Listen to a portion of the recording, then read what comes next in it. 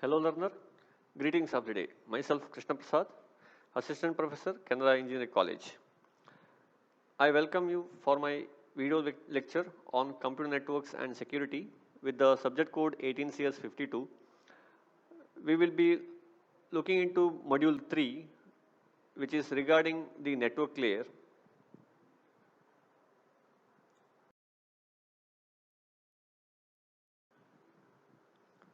This is the outline of module 3. Here we will be discussing information regarding network layer. At first we will be discussing what is the role of network layer.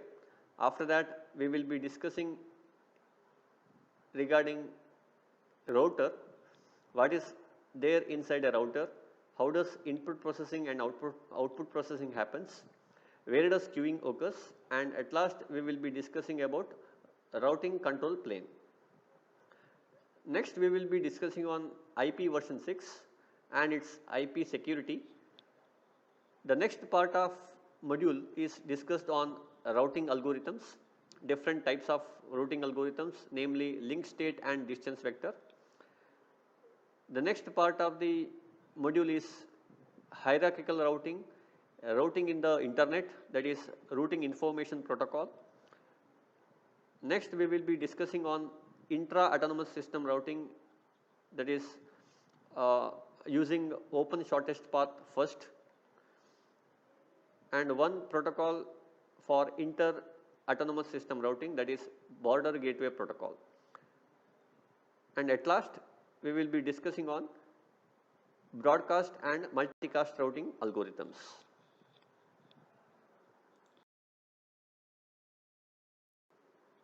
What is the role of the network layer? The role of the network layer is to move packets from sending host to receiving host. That means, in other words, we can say that the main functionality of network layer is to carry a packet from its source to destination. In order to accomplish this, it uses two important tasks. The first task is forwarding. Forwarding is nothing but whenever a packet arrives at the router, it has to be forwarded or it has to be moved to the appropriate output link. This process is called as forwarding. And one more task of the network layer is to identify the path from source to destination.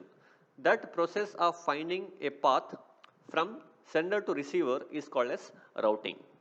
The network layer must determine the route or path taken by packets as they flow from sender to receiver, which is called as routing or routing.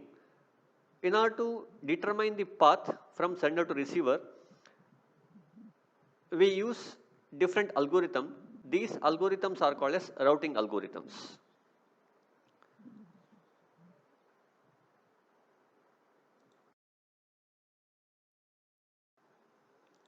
We will discuss forwarding and routing with help of a simple diagram.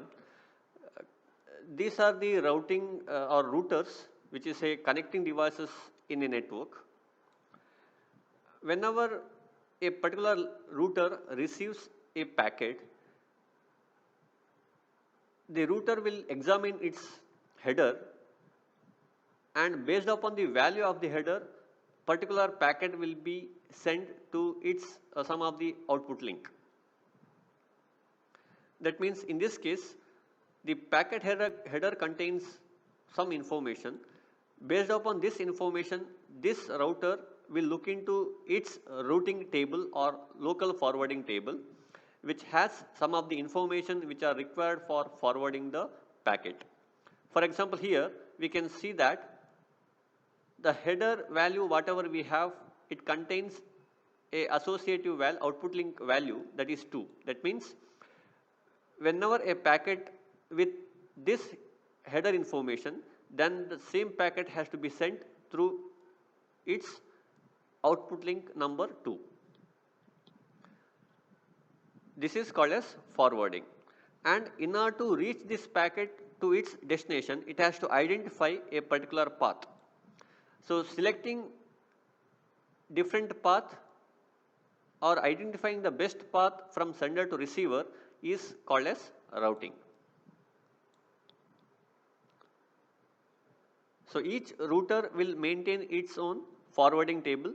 Based upon the forwarding table, a packet will be forwarded from its input link to its output link based upon the forwarding table information.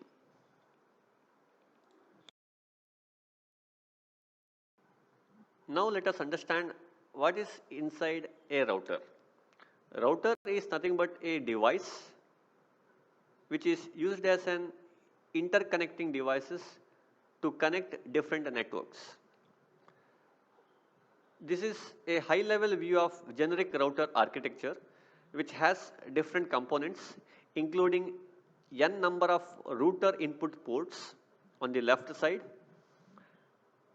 and router output ports on the right side, that is n number of router output ports, and we have high speed switching fabric which connects input ports to output ports, and all these are controlled by a routing processor.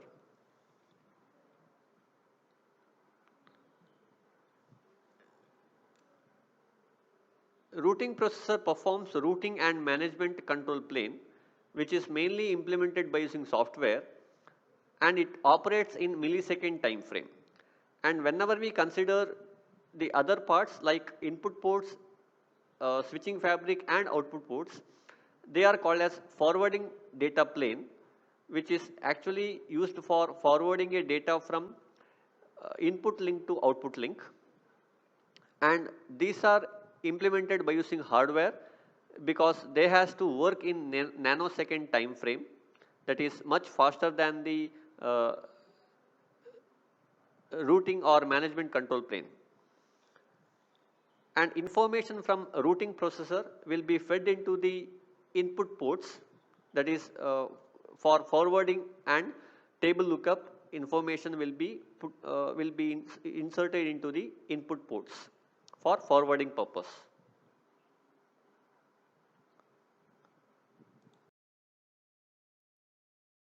Now we will look into each components in detail.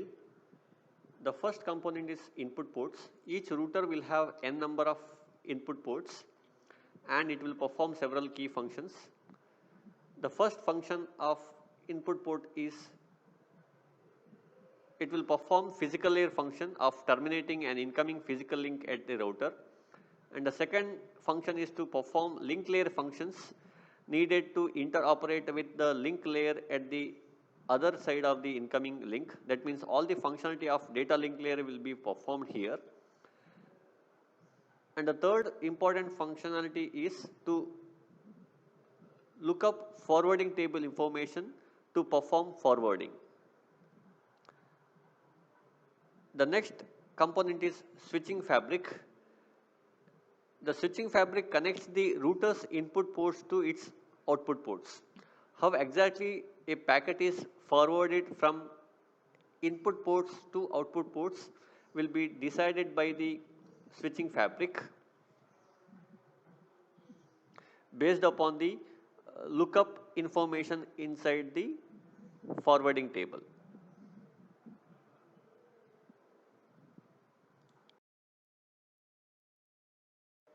The next is output ports. Even the router will have n number of output ports. It will have its own functionality.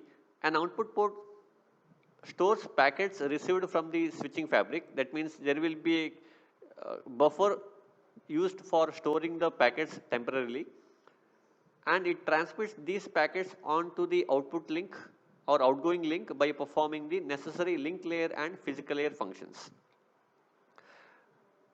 What are the functions performed in input ports? The similar type of functions will be performed at the output ports. The last component is routing processor. The routing processor executes the routing protocols. in order to get the information required for forwarding table. It maintains routing tables and attached link state information, and it computes the forwarding table for the router. All the information which are required for forwarding a packet will be stored inside the table, and those information will be computed by using the routing protocols. It also performs the network management functions. That means in order to maintain a network or to get a routing information, some of the packet will be exchanged, and these things will be done by the routing processor.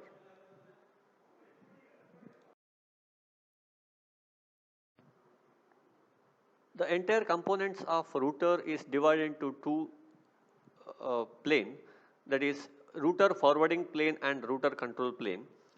A router's input ports, output ports and switching fabric comes under router forwarding plane. That means they helps to forward a packet from input link to output link, and these are implemented using hardware. Why? Because these components need to work in nanosecond scale. That is why usually switching fabric is implemented using hardware. Router's control functions operates at the millisecond or second time scale. That means the processor plane or the router control plane, whatever we have, so they need to work in millisecond or second time scale. That is why usually they are implemented using softwares, and they are executed on the routing processor.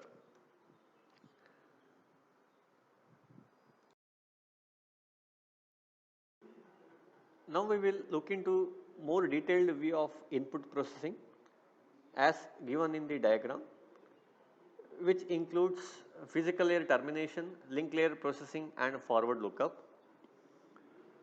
The lookup performed in the input port is central to the router's operation.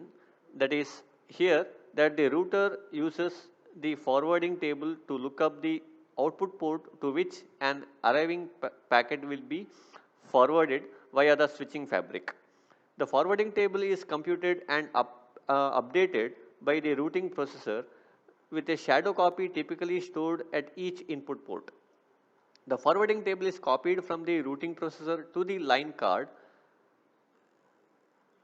over a separate bus. Usually we use PCI bus.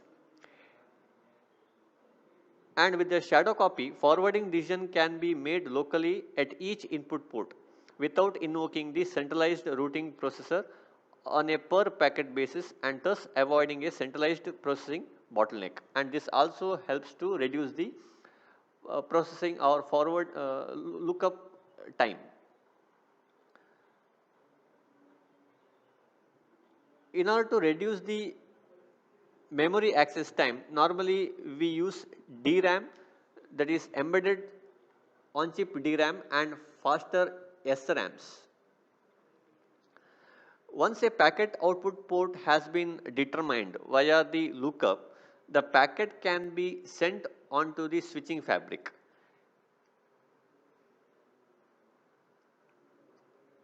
In some design, a packet may be temporarily blocked from entering into the switching fabric if the packet from other input ports are currently using the fabric. A blocked packet will be queued at the input port and then scheduled to cross the fabric. That is why the line card also has buffer space to store the packets temporarily whenever the switching fabric is busy with the other packet. As a summary, we can say that the input port performs match plus action. That means the lookup performs matching of IP addresses. That is, once it determines the IP address with the output port, the matching happens, and once the output port is decided, the action will be taken. That means the forwarding will be taken through switching fabric.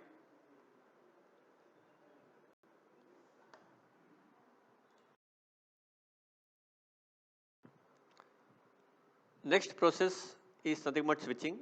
Switching is one of the important process which is happening inside the router, and because of this, packets are switched or it is forwarded from an input port to an output port through the switching fabric. There are different ways of accomplishing switching process. Here we discuss three of them: switching via memory, switching via bus, and the third one is switching via an interconnected network.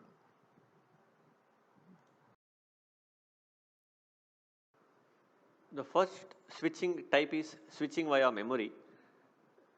In this, switching between input port and output port being done under direct control of the CPU processor, that is routing processor. An input port with an arriving packet first signaled through to the routing processor via an interrupt. That means an interrupt is used to indicate the arrival of packet. Then the packet will be copied from the input port buffer to the processor memory. After this, the routing processor then extract the destination address from the header of the packet, and it will be looking up the appropriate output port in the forwarding table. Then the packet will be copied to the output port's buffer. Two packets, the main disadvantage of this particular switching type is two packets cannot be forwarded at the same time. Cisco's Catalyst 8500 series implements or it forwards the packet via shared memory. So this is an example for a router which works in this particular mechanism. And the diagram shows how exactly switching via memory happens.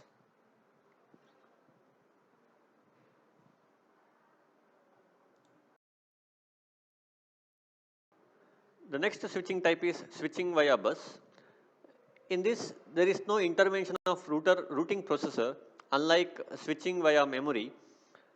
Here, input port attaches a label to the packet and then forward the packet through the bus. The bus is nothing but a main cable which connects input port to output port. And in this case, all output ports receives the packet with the particular label, but output port which matches the label will only keep the packet. All the other port will discard the packet. And the label is nothing but it is a local to switch. That means it's a different integer which is used apart from address. Switching speed is limited to the speed of the bus. That means the speed at which switching happens or forwarding of packet between input port to output port happens based upon the speed of the bus or bandwidth of the bus. Even in this type of switching, only one packet is allowed at a time in the bus. The Cisco 5600 is one of the switch or router which works in this particular mechanism with the backbone bus bandwidth up to 32 Gbps.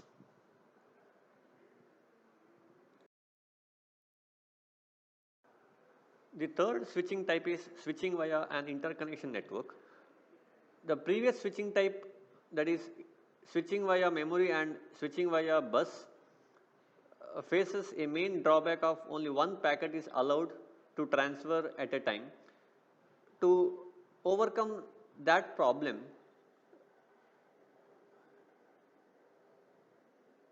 a sophisticated interconnection network is used where we will be using a crossbar switch. It has an interconnection network consisting of 2n buses that connect n input port to n output port. In the diagram you can see there are 3 input ports and 3 output ports, and these 3 input port to 3 output port is connected via 6 buses. So 1, 2 and 3 and horizontal buses, 3 horizontal buses and 3 vertical buses. So total 6 buses. So that is why we say there is a interconnection network consisting of 2n buses which connects n input port to n output port. Whenever there is a packet at input port A, with the help of routing processor, this can be forwarded to any of the output port by using a cross point. So these are called as cross point. So for example, if at all a packet from input port A need to be forwarded to input port Z, then the packet has to go to it has to go through this bus, and it has to reach this cross point, then it has to forward it in this particular bus, and finally it reaches Z. The main advantage of this switching process is more than one packet can be carried in different bus. For example, whenever a packet is forwarded from A to Z, then another packet at the same time can be forwarded from B to Y or B to X, or we can also transfer from C to X and C to Y, but only one packet can be sent over any given bus at a time. That means one bus cannot carry two packets at a time. Cisco 12000 family comes with this type of switching process.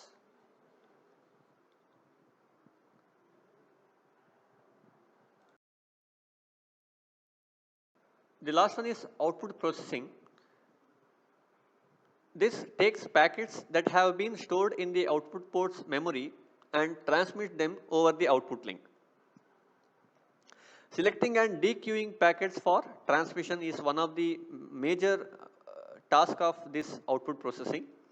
How actually a packet is selected from the buffer or queue, and which packet will be sent first. So that will be based upon the queuing type, and it also performs link layer and physical layer transmission of functions. In the diagram you can see a detailed view of output port processing, where the packets are placed on the queue, that is output port queue.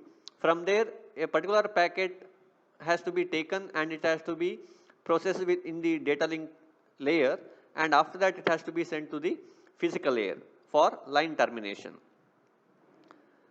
So these are the different tasks which is performed under output processing.